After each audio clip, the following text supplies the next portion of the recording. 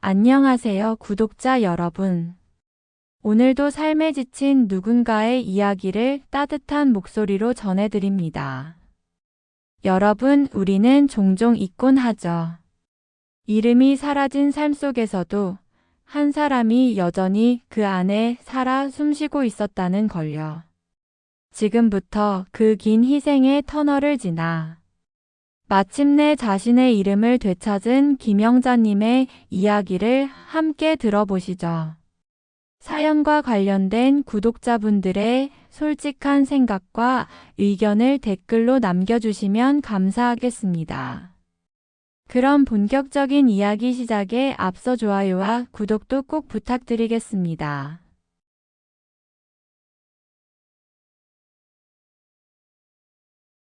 안녕하세요.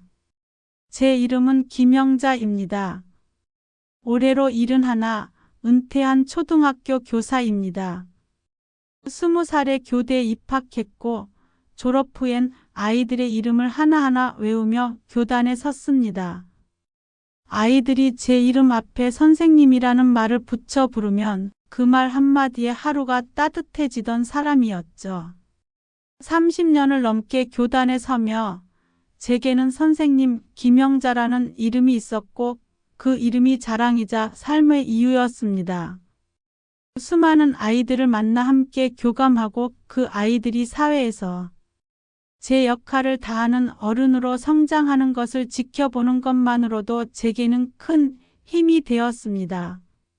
새내기 교사이던 시절이 엊그제 같은데 세월은 훌쩍 지나 어느새 은퇴할 때가 된 나이 지긋한 원로교사가 되어 있더군요. 평생을 일해온 교단을 떠날 때가 되니 마음의 허전함을 감출 수 없었습니다. 은퇴 전엔 얼른 쉬고 싶다는 생각이 들었는데 막상 은퇴를 하고 나니 사회에서 내 자리가 사라졌다는 아쉬움이 크게 다가왔습니다. 그래도 남편이 옆을 든든하게 지켜줘 우울했던 마음들을 조금씩 달래며 은퇴 후에 인생을 시작할 수 있었습니다.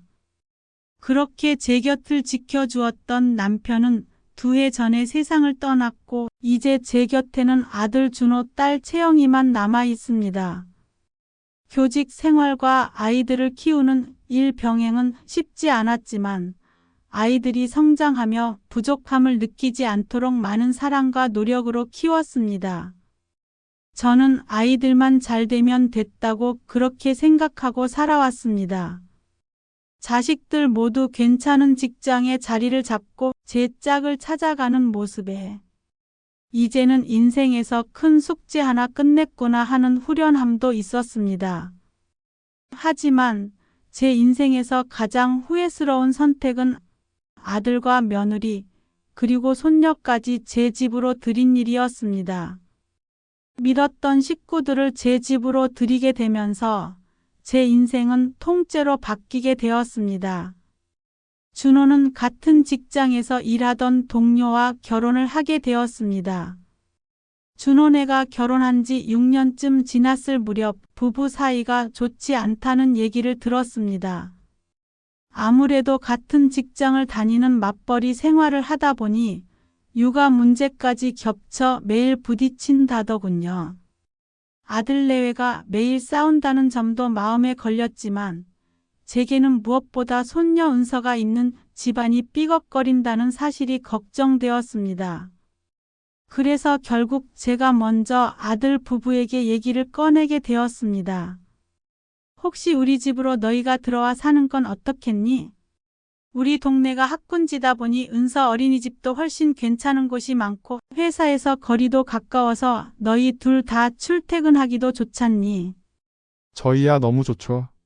엄마가 집에 계시는 시간이 많으시니 아이 때문에 퇴근 시간마다 눈치 봐가며 부랴부랴 서두르지 않을 수 있고요. 근데 엄마 혼자 조용히 사시다가 불편하지 않으시겠어요? 괜찮아. 내가 평생 교단에 있던 사람인데 손녀와 같이 사는 게 뭐 얼마나 불편하겠니? 나는 우리 은서랑 같이 있는 게 제일 좋아. 며느리는 처음엔 시어머니와 한 집에 사는 것이 아무래도 불편했는지 망설였지만 두 부부가 육아와 일을 아무 도움 없이 병행하는 게 쉽지 않다 보니 결국 들어오게 되었습니다. 그때까지만 해도 저는 이게 우리 가족을 살릴 수 있는 길이라고 믿었습니다.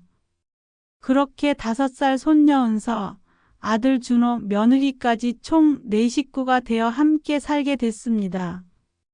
거실 한쪽을 빼곡히 채우고 있던 제 책장이 치워지고 손녀의 장난감이 놓이기 시작했을 때 저는 기꺼이 물러섰어요. 손녀가 저를 할미하며 팔짱을 끼면 세상 부러울 게 없었습니다. 아침이면 누구보다 먼저 일어나 아침밥을 차렸고 며느리가 늦잠을 자면 은서를 깨워 세수시키고 옷을 입혔습니다. 어머니, 너무 애쓰지 마세요. 제가 할 수 있어요. 그래요, 엄마. 너무 혼자 다 하려고 하지 마세요. 저희 시킬 수 있는 일은 시키시면서 지내세요. 하지만 그 말은 언제나 말뿐이었습니다. 실제론 제가 안 하면 아무도 하지 않았어요. 하루하루가 무척 바빴습니다. 살림이라는 게 해도 끝이 없다는 걸 저는 이 나이에도 다시 배우게 됐습니다. 수많은 아이들과 학부모를 상대했던 교사 시절보다 훨씬 더 많은 감정 노동을 해야 했죠. 원래도 저와 살가운 사이는 아니었던 며느리는 같이 살게 된 이후로는 눈도 잘 마주치지 않았고 아들은 집안일에 그다지 큰 관심이 없어 보였습니다. 마치 저절로 모든 것이 돌아가는 집에 그저 몸만 맡기고 사는 것처럼요. 그러다 제 마음을 흔드는 결정적인 사건이 있었습니다. 그날은 제 생일이었어요. 평소에도 이 나이에 생일을 챙기는 것도 새삼스럽고 매년 돌아오는 날이니 크게 의미를 두진 않았어요. 아들 부부 중 그 누구도 제 생일을 기억하지 않았지만 저는 괜찮았습니다. 괜찮다고 스스로 말했지만 사실은 속이 허했어요. 그래도 남편이 살아있을 때는 매년 작은 케이크를 사서 둘만의 작은 잔치를 열고는 했었는데 이제는 홀로 남겨져 나의 삶을 축복해줄 유일한 사람이 없어졌다는 사실이 서글퍼지더군요. 그래서 나라도 나를 축복해주자는 생각으로 케이크 하나 사서 조용히 냉장고에 넣어뒀습니다. 혼자 촛불을 켜고 노래라도 부르자 그렇게 생각했거든요. 그날 저녁 손녀 은서가 어디선가 색연필로 그린 그림 하나를 내밀었습니다. 구불구불한 글씨로 할머니 생일 축하해요 라고 쓰여 있었죠. 할머니 생일은 어떻게 알았는지 너무 놀라고 고마워서 눈물이 나올 뻔했어요. 하지만 다음날 아침 그 그림이 쓰레기통에 구겨져 있는 걸 발견했습니다. 자식만큼이나 예쁜 손녀가 준 소중한 그림이 무참히 버려져 있는 모습에 심장이 쿵 내려앉더군요. 저는 혹시 하는 마음으로 며느리에게 물었습니다. 아가, 혹시 은서가 준 생일 그림 못 봤니? 쓰레기통에 있길래. 내가 분명히 따로 잘 두었던 것 같은데 말이야. 아, 그거요? 그냥 쓴 낙서인 줄 알고 버렸어요. 은서가 어머니께 드린 그림인 줄 몰랐네요. 며느리의 대수롭지 않은 듯한 말 한마디가 가슴에 비수처럼 날아와 꽂혔습니다. 그날 처음으로 제 안에 있던 무언가가 조용히 부서졌습니다. 그건 분노도 서운함도 아니었습니다. 그저 딱 하나 외로움이라는 감정이었습니다. 다음 날부터 저는 웃음을 덜고 말수를 줄였습니다. 아들 부부 앞에서 억지로 웃는 것도 말을 이어가는 것도 하고 싶지 않아지더군요. 그래도 집안 식구들의 밥은 챙기고 집안 청소도 평소처럼 했습니다. 왜냐고요? 저는 여전히 이 집에서 엄마였고 할머니였으니까요. 하지만 저조차도 어느 순간부터 저를 김영자라고 부르지 않게 됐다는 사실을 그때는 몰랐습니다. 사실 며느리와는 같이 지내는 내내 아이 문제로도 부딪히는 일이 많았습니다.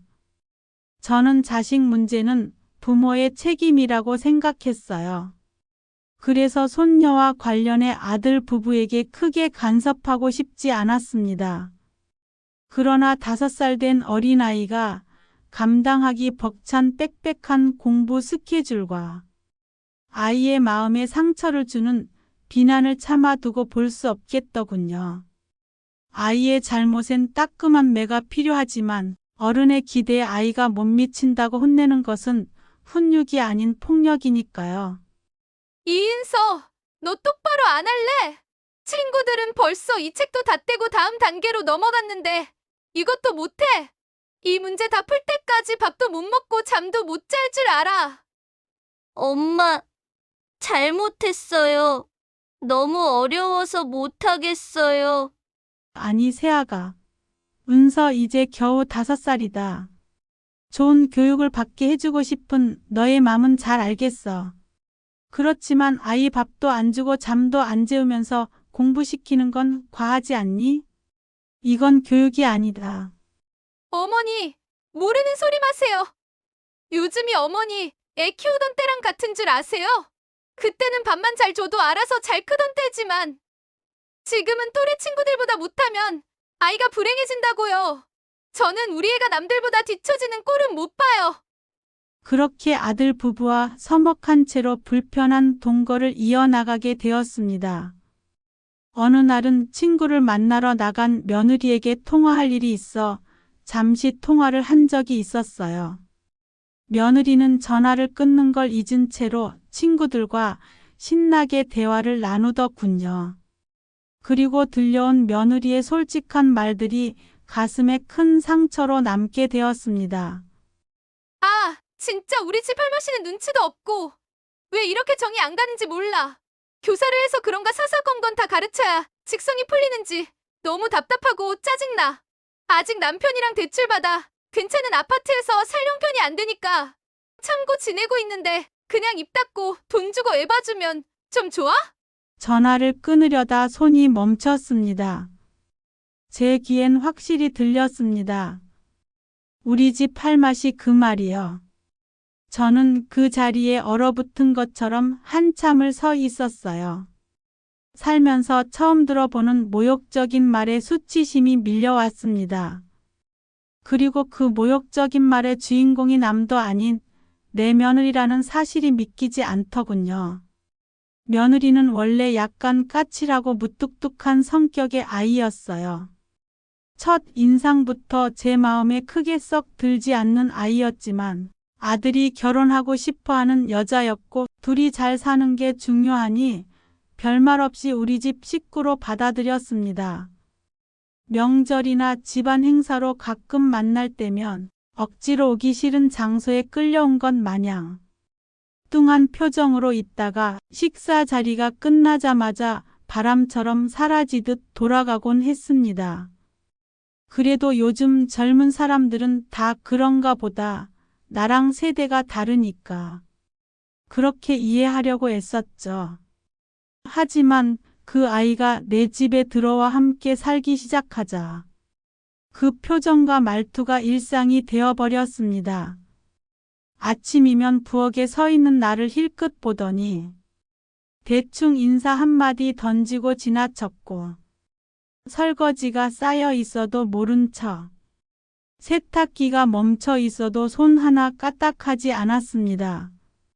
어쩌다 눈이 마주치면 마치 왜 아직도 안 나가고 서 있어요?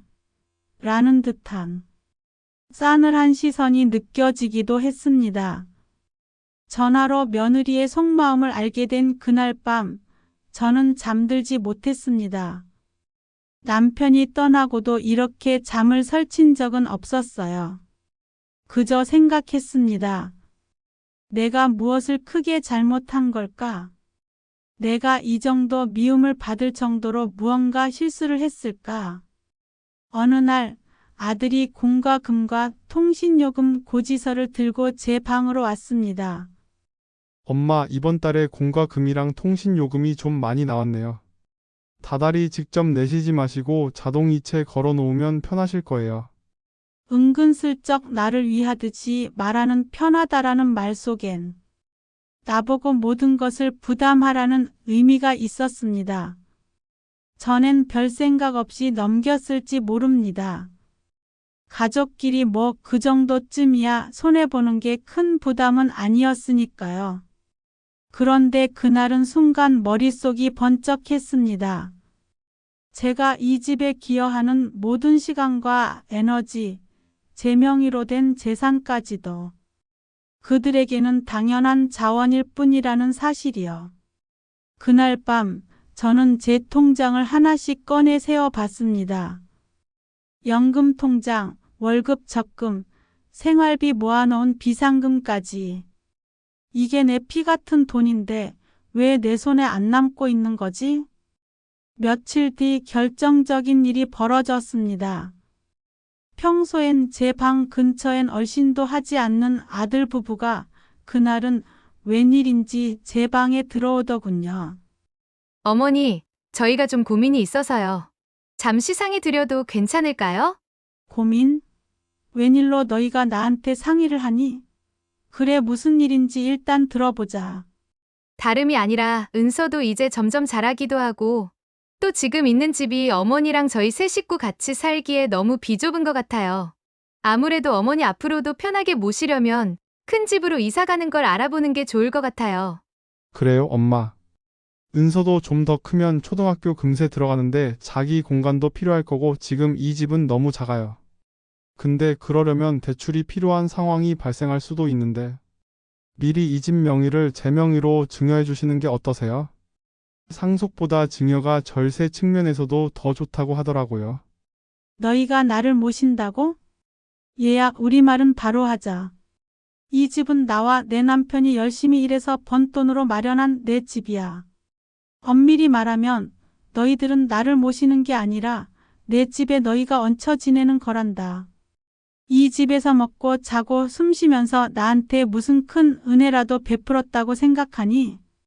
생활비며 각종 공과금, 대출이자 하나 없이 편하게 사는 이유가 뭔지 알아? 다 내 돈으로 나가는 거야. 그동안 너희 벌이가 빠듯한 걸 뻔히 알기에 내가 괜히 기죽을까 봐 입 한 번 뻥긋 안 한 거야. 근데 그걸 당연한 권리처럼 생각했니? 돈은 둘째치고 온갖 살림부터 애 육아까지 내가 도맡아 하고 있는 걸 모르는 거니? 돈 얘기만 해도 끝이 없지만 나는 돈보다 더 귀한 걸 내줬어. 집안 청소하고 빨래하고 은서 어린이집 데려다주고 밥도 몇 끼 챙겨줬어. 이 집에서 너희들이 편히 숨 쉴 수 있었던 건 내가 뒤에서 모든 걸 감당했기 때문이야. 그걸 정말 몰라? 아니면 모른 척한 거니? 그리고 한 가지 더 아주 분명히 말할게. 이 집이랑 내 남은 재산은 준호 너에게만 줄 수 없어. 왜냐고? 내 동생 채영이도 내 소중한 자식이니까. 네가 큰 아들이고 나랑 같이 산다고 해서 더 귀하고 더 먼저 챙겨야 할 이유는 없어. 나는 너와 채영이 두 자식의 엄마고 내가 번 재산은 내 마음대로 공평하게 나눌 거야. 그리고 말이야, 너희가 지금 당연하다고 여기는 이 모든 편안함. 하루아침에 사라질 수도 있다는 걸 잊지 마. 어머니, 좀 너무하신 거 아니에요? 저희가 얹혀 산다고요? 저희도 나름 생활비 보태고 은서 돌보는 것도 다 저희가 책임지려고 애쓰고 있어요. 그리고 아가씨요? 솔직히 어머니, 아가씨는 어머니 곁에 있지도 않잖아요. 외국에 있어 명절에 한 번 올까 말까한데 같은 자식이라고요? 준호 씨가 어머니 옆에서 이렇게 모시고 있으니까 어머니도 편안하신 거 아닌가요? 그리고 집이요? 결국은 준호 씨가 이 집도 다 관리하게 될 텐데 그걸 굳이 둘로 나누신다고요? 어머니, 그렇게까지 하실 필요 있나요? 얘야, 말끝마다 모신다고 하는데 내가 모시는 사람에게 이렇게 따박따박 따질 수 있는 거니? 생활비 보탰다고? 너희들이 낸 돈이 이 집의 전기세 반이라도 감당된다고 생각하니? 솔직히 말해봐. 지금 내가 보탰다는 그 생활비. 내가 은서 키우고 밥 차리고 청소하는 값에 비교나 될까? 채영이는 멀리 있어도 나한테 상처 주는 말 한마디 안 하고 뒤에서 내 얘기 험담하는 일도 없어. 너처럼 내 집에서 살면서 친구들이랑 얘기할 때 할 맛이라고 부르지도 않지. 그리고 준호가 나를 모신다고? 정말 그렇게 생각해? 준호가 출근하고 내가 퇴근할 때 밥상 차려진 거 당연히 여기고 내 아이가 깨끗이 씻겨 있는 거 당연히 생각하는 그게 모시는 거야? 잘 들어. 이 집은 내 남편과 내가 한 푼 두 푼 모아서 마련한 내 집이야. 나는 평생 남의 도움 한 번 받지 않고 내 힘으로 여기까지 왔어. 그리고 준호가 너랑 결혼할 때 내가 금전적 지원을 안 해준 것도 아니잖니. 받은 게 있는데 또 달라는 건 욕심이다. 그리고 내가 정한 원칙은 바뀌지 않아. 이 집이랑 내 재산은 준호 혼자 차지할 수 없어. 채영이도 내 자식이니까. 혹시 마음에 안 들면 너희들 짐 챙겨서 너희가 번 돈으로 산 집에서 살면 되겠지. 그러니까 얹혀 사는 처지로 주인 앞에서 목소리 높이지 마. 그날 밤 저는 불도 안 킨 깜깜한 방에 한참을 홀로 앉아 있었습니다. 며느리의 뻔뻔한 표정, 그리고 아무 말 없이 고개만 숙이던 아들의 모습이 도무지 머릿속을 떠나지 않더군요. 며느리의 태도에 화도 났지만 고부 관계가 원래 그런 거겠거니 넘어가려 했습니다.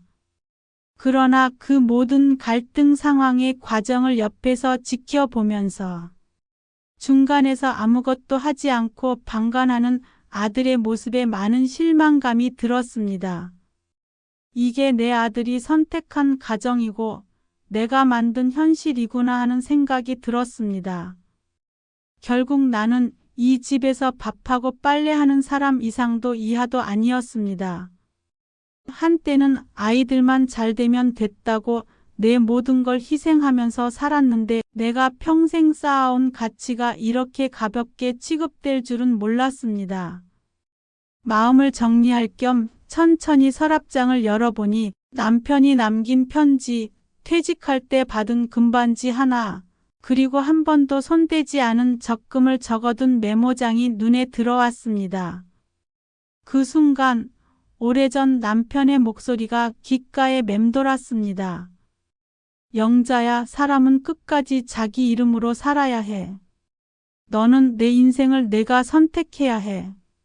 그때 뭔가 마음속 깊은 곳이 툭 하고 끊어졌습니다. 저는 이제 더 이상 엄마, 할머니, 그냥 집안의 그림자로 살지 않겠다고 결심하게 되었습니다. 다음 날 아침이 밝자 저는 부동산 중개소를 찾았습니다. 제가 이 집을 팔면 지금 시세가 어느 정도 될까요? 사모님, 그 동네면 요즘 많이 올랐어요. 입지가 워낙 좋아 앞으로도 오를 가능성이 커. 지금 매물로 올리시면 금방 나갈 거예요. 좀 더 가지고 계시다가 파는 게 좋을 텐데 괜찮으시겠어요?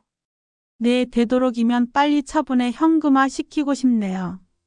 시세보다 조금 싸게라도 바로 팔고 싶습니다.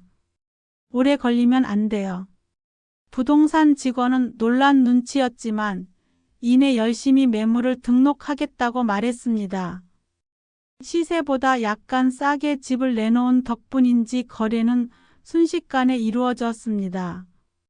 덕분에 계약금을 입금받고 잔금일도 빠르게 잡혔습니다. 계약금을 받은 날 저녁, 저는 식탁에 계약서 사본을 말없이 올려두었습니다. 며느리가 종이를 펼쳐본 순간 얼굴이 창백하게 변하더군요. 어머니, 이게 뭐예요? 이 집을 파셨다는 거예요? 뭐야? 그게 무슨 말이야? 눈이 있으면 당신이 봐봐. 어머니가 집을 팔아버렸대.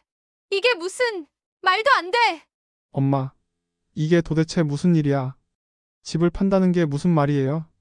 준호야, 그 집은 원래부터 내 집이었고 팔 권리도 당연히 내게 있지. 너희가 얹혀 사는 동안 불편할까봐 그냥 모른 척 했던 거야. 하지만 이제 그 집에서 나를 더 이상 사람으로 보지 않는 너희에게 내 공간을 내줄 이유가 없어졌어. 엄마, 우리가 언제 엄마를 사람 취급 안 했다고 그래요? 내가 모를 거라고 생각했겠지? 핸드폰으로 흘러나오던 며느라이의 말, 할 맛이라던 그 비웃음, 그리고 너의 무심한 눈빛까지. 나는 다 들었고 다 봤단다. 너희는 나를 가족으로 대하는 척했지만 결국 당연히 희생해야 하는 사람으로만 생각했지. 엄마, 그건 와이프가 순간 욱하는 마음에 실수한 거예요. 순간? 아니야. 순간이라면 바로 잡아야 했어. 하지만 넌 침묵했지. 침묵은 무관심이야, 준호야. 무관심은 나를 가족으로 보지 않았다는 증거야. 이젠 나도 좀 나를 위해 살아야겠다. 어머니, 이건 너무하신 거 아니에요? 저희는요? 은서는요? 갑자기 이렇게 통보하시면 저희는 어디서 살라는 건데요? 얘야, 이건 갑자기가 아니야. 너희가 나를 무시하고 이용하고 내 마음을 돌보지 않은 그 모든 날들이 쌓여 오늘이 된 거야. 너희가 어디서 살든 어떻게 살든 그건 이제 너희 몫이야. 나는 앞으로 나를 잊지 않고 불러주는 곳으로 갈 거야. 거기선 나는 할마씨가 아니라 그냥 김영자일 테니까. 아, 그리고 잊지 마. 이 집 한 돈 내 재산. 준호 내 몸만 있는 게 아니야. 채영이도 내 자식이니까 공평하게 나눌 거야. 아들내외에게 통보를 한 후 집안엔 정막만 흘렀습니다. 분노와 원망, 망연자실한 표정의 아들내외를 보니 마음이 복잡했습니다. 그래도 마음속에 묵직한 돌덩어리 하나가 서서히 사라지는 듯한 느낌이 들었습니다. 잠시 머리도 식힐 겸 집 근처 공원에서 산책을 하며 오랜만에 발리에서 살고 있는 딸 채영이에게 전화를 걸었습니다. 채영이는 외국에서 사느라 자주 보진 못했지만 한국에 있는 동안 부모에게 손 한번 벌리지 않고 혼자서 제 앞길을 헤쳐나가던 야무진 아이였습니다.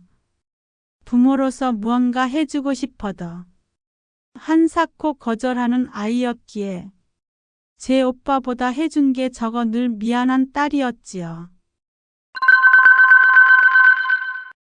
엄마, 웬일이야?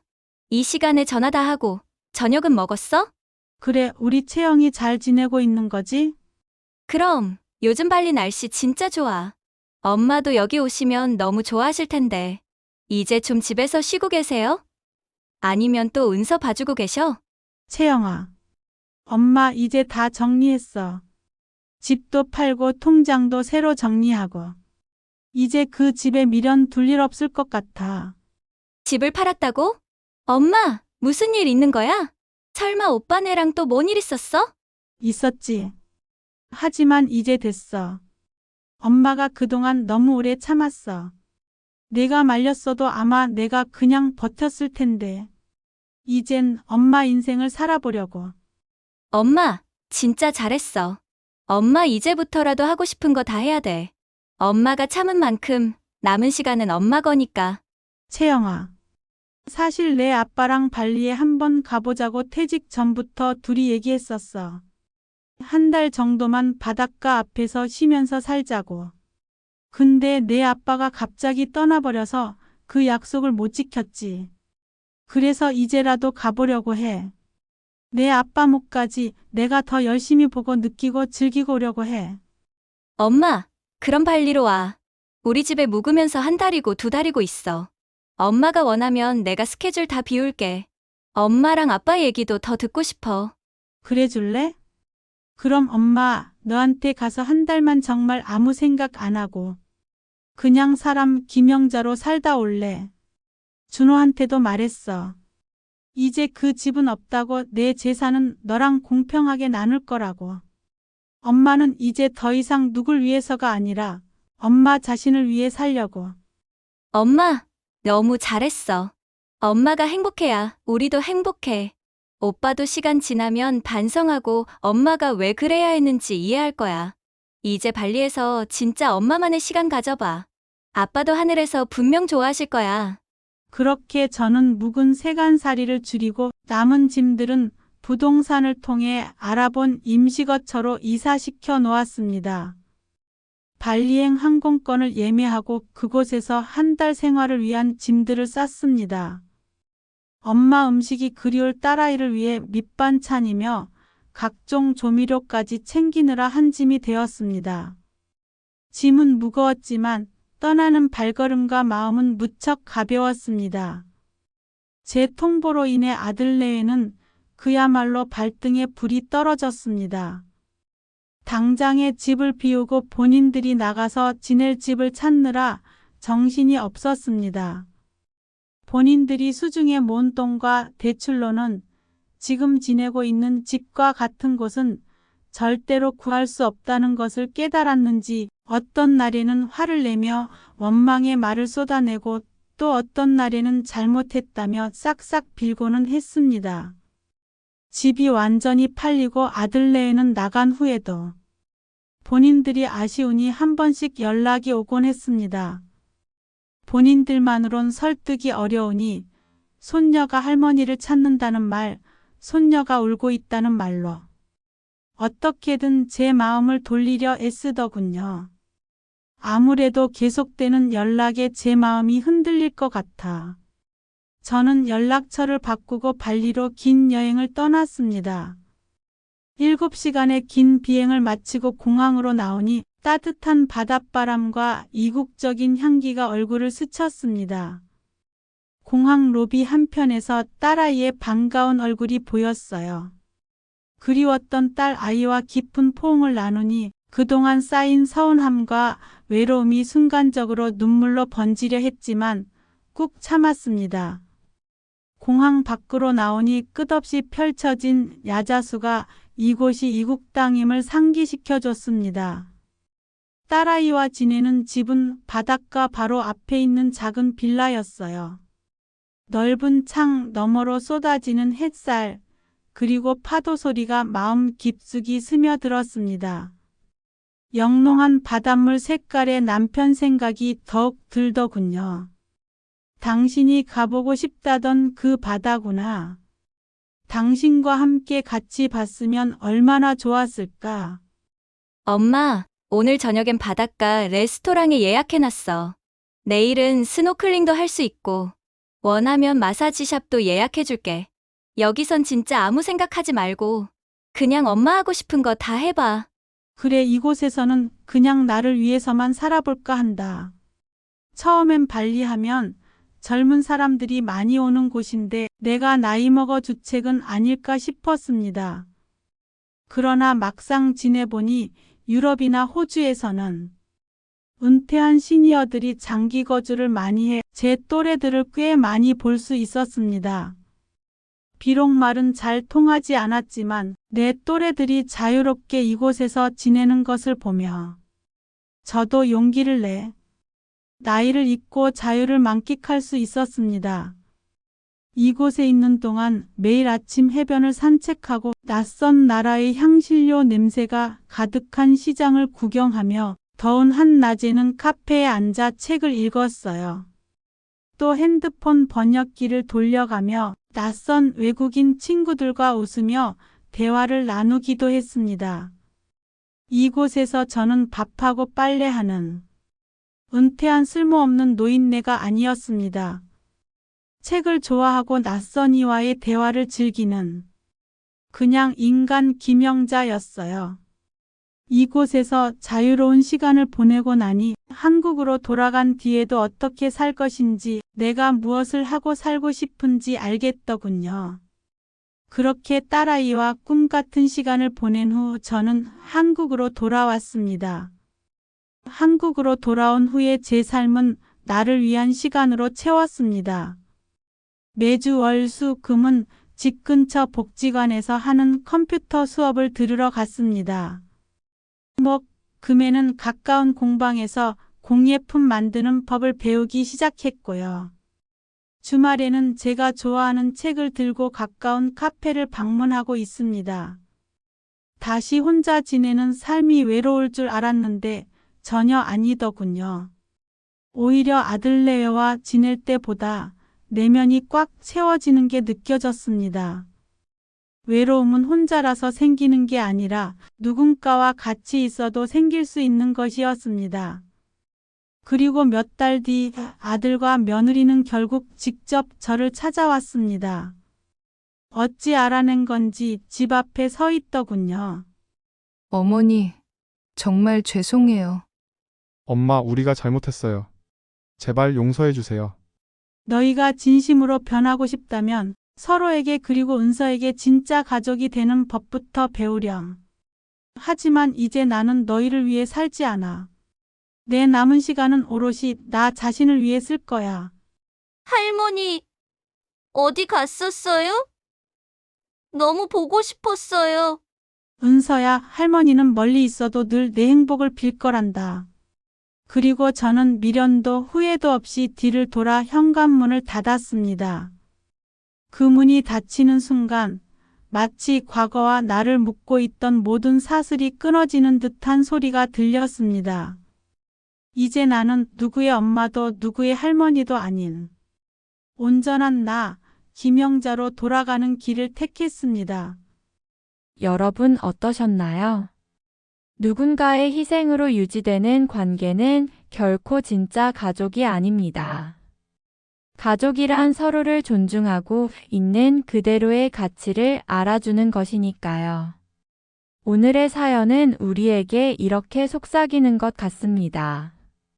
내 인생의 주인은 나 자신이다. 그리고 나를 잃지 않을 때 가족과 진짜 행복도 지킬 수 있다.